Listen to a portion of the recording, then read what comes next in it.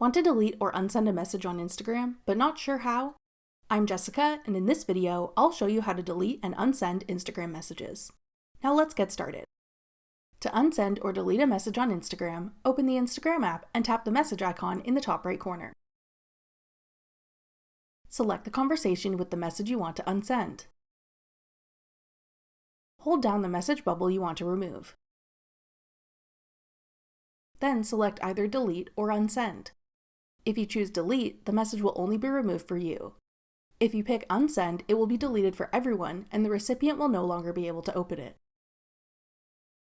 You can only unsend messages if the recipient has not opened it yet. If you're looking to delete an entire conversation, go back to your Instagram inbox. Swipe left over the conversation you want to remove. Tap the three dots that appear. Then select Delete. Tap Delete to confirm. That's all it takes to unsend and delete messages on Instagram. Want to disable your online activity status on Instagram?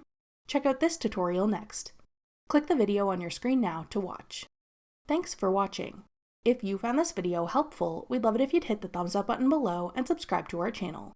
We put out great new tech tutorials like this one every day.